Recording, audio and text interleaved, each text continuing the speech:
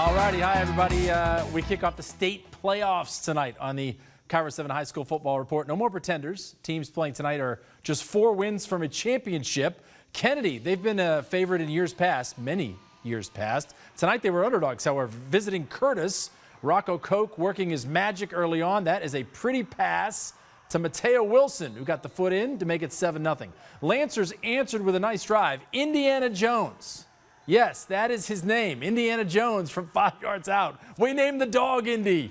Kennedy up by a point. Second quarter, Curtis tried to take control. Koch to Xavier Aarons. Great effort. He stretches to the goal line to make it 15-7. But from there, it was mostly Kennedy. Mason Moriarty untouched, 54 yards. So the Lancers outscore the Vikings 30-19 the rest of the way, and they win it by 3. So Kennedy moving on. They'll get the defending champs next week. That would be Lake Stevens. And tonight it took a while for those Vikings to get going, but when they did, it was over for Woodinville. Colton Matson to Dave Brown, 21-0. They can throw it, they can run it.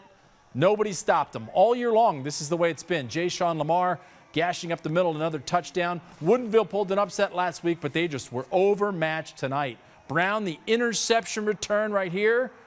Another 7 points. Vikings onto the quarterfinals with a 41-point shutout. Butterflies were definitely bouncing all over us. We stuck with the program, though. We knew it was going to be a tough defense to go against. We went with our game plan. I mean, it was going to be run the ball because they were going prevent.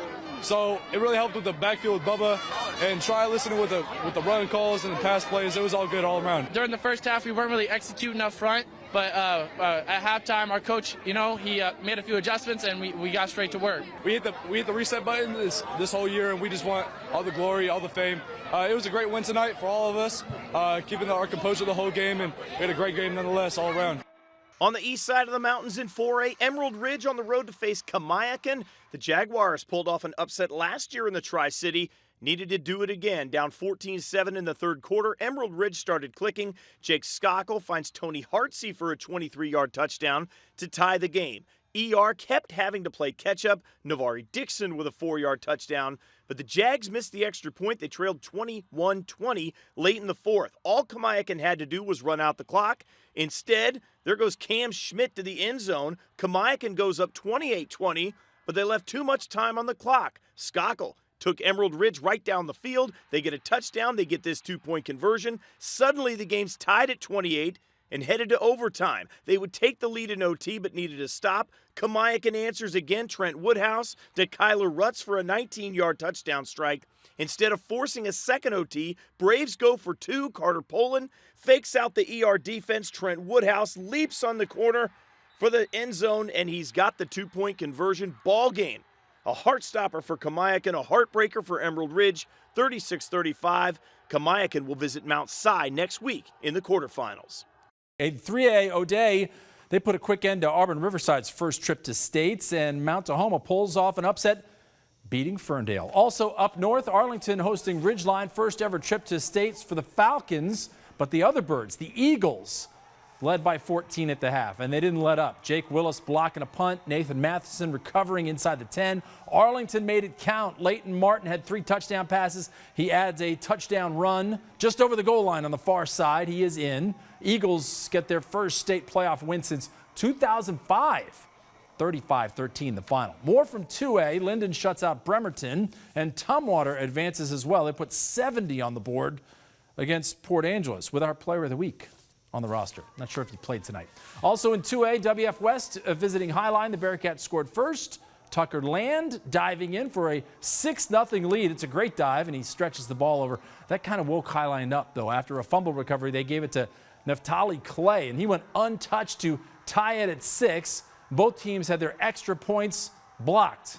You got to work on that, even this late in the season. The Pirates defense stepping up again. Clay had the touchdown you just saw. He has an interception as well. The guy plays both ways, and he plays well. That set up a score before the half.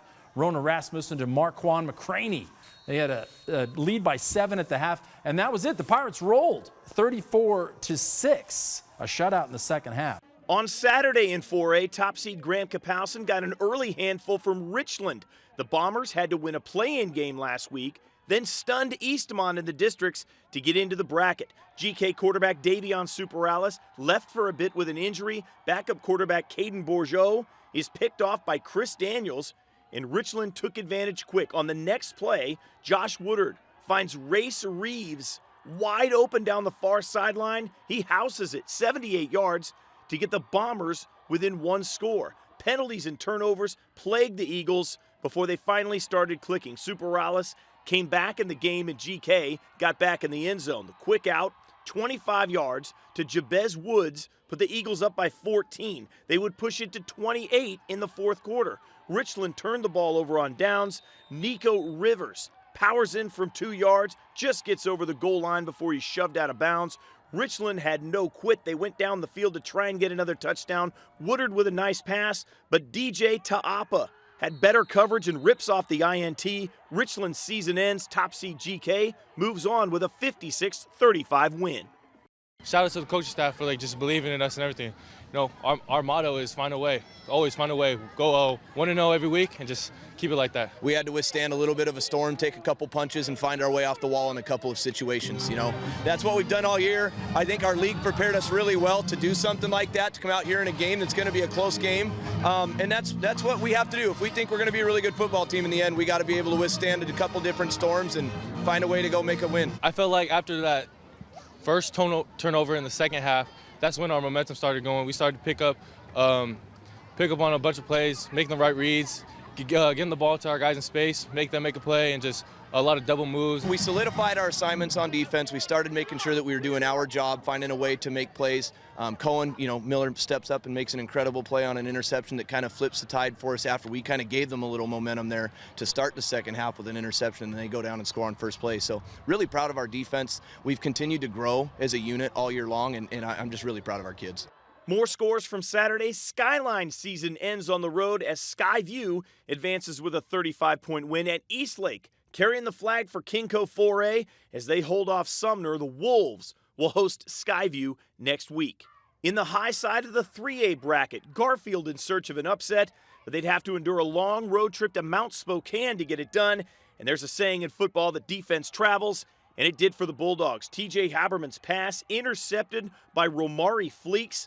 Garfield, though, unable to capitalize and add to their early lead. Wildcats on the move again, but once more, Garfield's ability to get turnovers, a huge difference. Marcel Jones clearly practiced the tip drill. He gets the interception this time, but Mount Spokane didn't earn a home game in the playoffs without being able to play some defense themselves. E.J. Kamiakin to the goal line. Jason Bonnet forces the fumble. Mount Spokane recovers in the end zone for a turnover, but the Wildcats could not capitalize again, and the Bulldogs would. Kamiakin lets it fly for Rayshawn Clark, wins the jump ball, and it was 14-0 Garfield at halftime. More Bulldogs in the third quarter. Kamiakin finds the end zone on the QB sneak. Garfield sneaks out of Union Stadium as one of the few teams to win on the road this weekend. More 3A scores from Saturday. Home field advantage pays off for Bellevue as they beat Monroe. The Wolverines will visit Arlington next week, and on the bottom of the bracket, Eastside Catholic winner as they shut out the Lincoln Abes. The top seed in 3A is the defending state champion Yelm Tornadoes. The last team to beat them was Marysville-Pilchuck in the 2021 quarterfinals. They were an issue again Saturday. It wasn't until Yelm's third possession when Isaiah Patterson got the Tornadoes on the board with a 4-yard score. The Tomahawks, though, able to move the rock on the ground as well. Joseph Davis finding a seam and finding daylight, good for a 34-yard gain. And they'd finished the drive with Kenai Sinafet plowing in from a yard out, but they missed the extra point. Yelm's offense took some time to get rolling. Rain blowing sideways, upwards, and backwards didn't help the passing game. Damien Aalona would use his feet and his eyes. A nice pick of 22 yards led to a field goal. Yelm was up 10-6 at halftime, their closest game all season after 2 quarters. Aalona and company would pick up the pace in the second half. The feet, the escapability, and the arm to drive down the field. Another huge conversion on 3rd and 17 to Jacob Ford. Yelm outscores Pilchuck 28-7 in the second half. They'll host Mount Tahoma on Friday in the quarterfinals. Not one single upset in the 2A bracket all weekend. Saturday afternoon, Enumclaw won with ease. They'll host Highline next. Ording moves on thanks to a home win, but the Cardinals get a taller task next week in Anacortes. That's because the Seahawks beat Rogers of Spokane 53-12. North Kitsap throws another shutout. They will host Linden this coming Saturday. That's a rematch of last year's state 2A title game. For more scores and highlights, go to KIRO7.com.